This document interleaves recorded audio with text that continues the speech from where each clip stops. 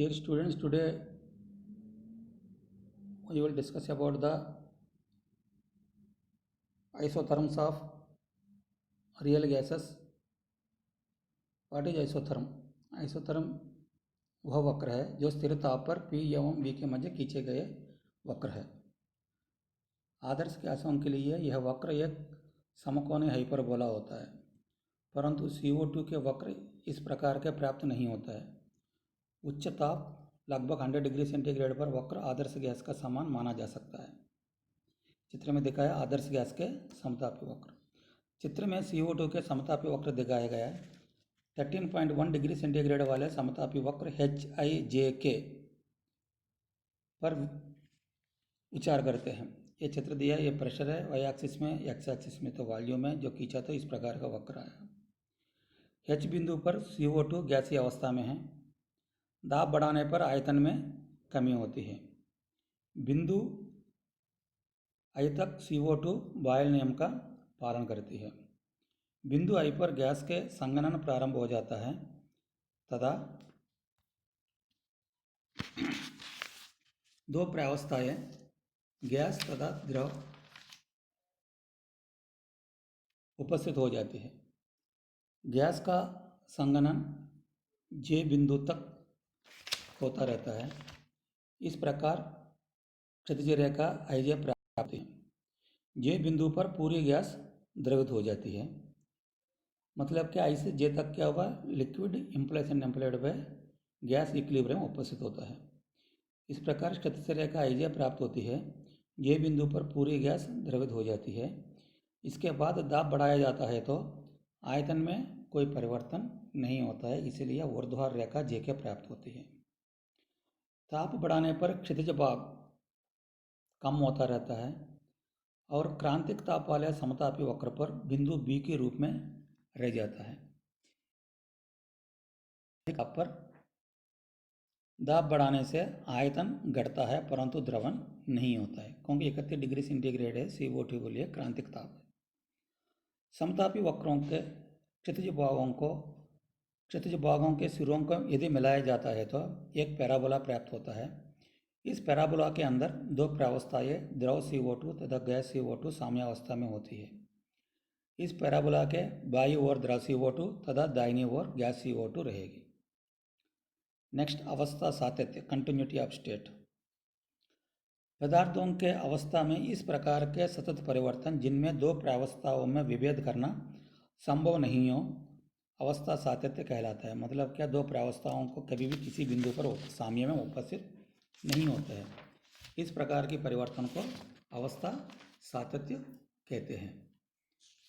Next, वान der वाल gas समीकरण के समतापी वक्र। वान डर वाल समीकरण का उपयोग करते हुए किसी गैस के लिए बनाए गए समतापी वक्र वान डर वाल समतापी वक्र कहलाते हैं। यदि CO2 गैस के समतापी वक्र ज्ञात करना हो तो CO2 के वान डर वाल स्थिरांक A और B तथा R के मान वान डर वाल समीकरण में रखकर यहाँ पर P के विभिन्न मानों के लिए संगत विकल्प किए जाते हैं। एक मोल गैस के लिए वान डर वाल समीकरण plus A/V² into V minus B equal to RT। इसे एक्सपेंशन किया, मान लो PV minus PB plus A/V minus AB/V² equal to RT। LCM लिया तो V² है, PV³ minus PBV² plus AB minus AB equal to RT।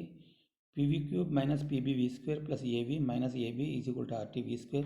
RT_V² को इस तरह ले आओ, PV³ minus PBV² minus RT_V² plus AB minus AB equal to 0। P से भाग देने पर V³ minus BV² minus RT/PV² plus A/PV minus AB/P equal to 0। या V² कॉमन निकाला तो क्या, V³ minus V² into B plus RT/P plus A/P into V minus AB/P equal to 0। समीकरण 1। यह समीकरण V का त्रिघातीय समीकरण है। T तथा P के प्रत्येक मान के लिए V के 3 मान संभव होंगे। ये तीनों मान या तो वास्तविक हो सकते हैं या फिर एक वास्तविक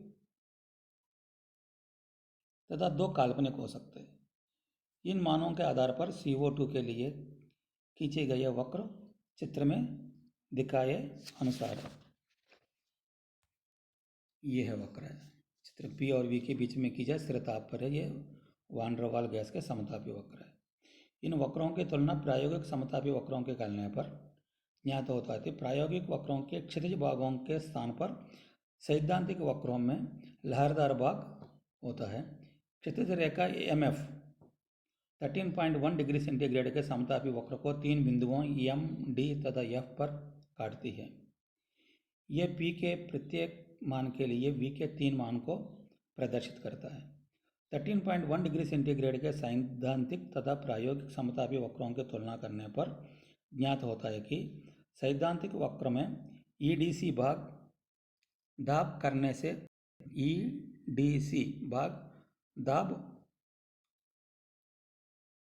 करने से आयतन कम होने का प्रदर्शित करता है, जबकि ये असंभव है।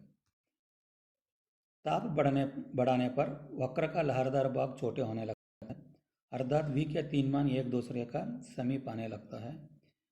अंत में क्रांतिक समतापी वक्र में बिंदु b के रूप में रह जाता है। क्रांतिक v के एक मान वास्तविक और 2 काल्पनिक होते हैं। नेक्स्ट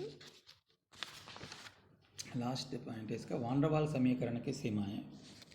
नंबर 1, वान डर वाल स्थिरांक ए तथा बी पर ताप का प्रभाव पड़ता है, अतः इन्हें निरपेक्ष स्थिरांक नहीं मान सकते। नंबर 2, क्रांतिक स्थिरांकों के प्रायोगिक मान वान डर वाल समीकरण द्वारा परिकलित मानों से कुछ भिन्न पाए जाते हैं, अतः वान डर वाल समीकरण द्वारा Vc/B = 3 होता है, परंतु H2 आर्गन CO2 के लिए यह मान 2.80, 1.41 तथा 1.86 होता है। प्रत्येक गैस के लिए इसी प्रकार RTC/PC Vc = 2.6 होता है, परंतु हीलियम का यह मान 3.08 तथा CO2 का यह मान 3.64 होता है। तीसरा, बॉयल ताप के प्रायोगिक मान तथा समीकरण से प्राप्त सैद्धांतिक मान समान नहीं पाया जाता है। चौथा पॉइंट, बहुत उच्च दाब तथा बहुत निम्न तापों पर यह समीकरण त्रुटिपूर्ण हो जाता है।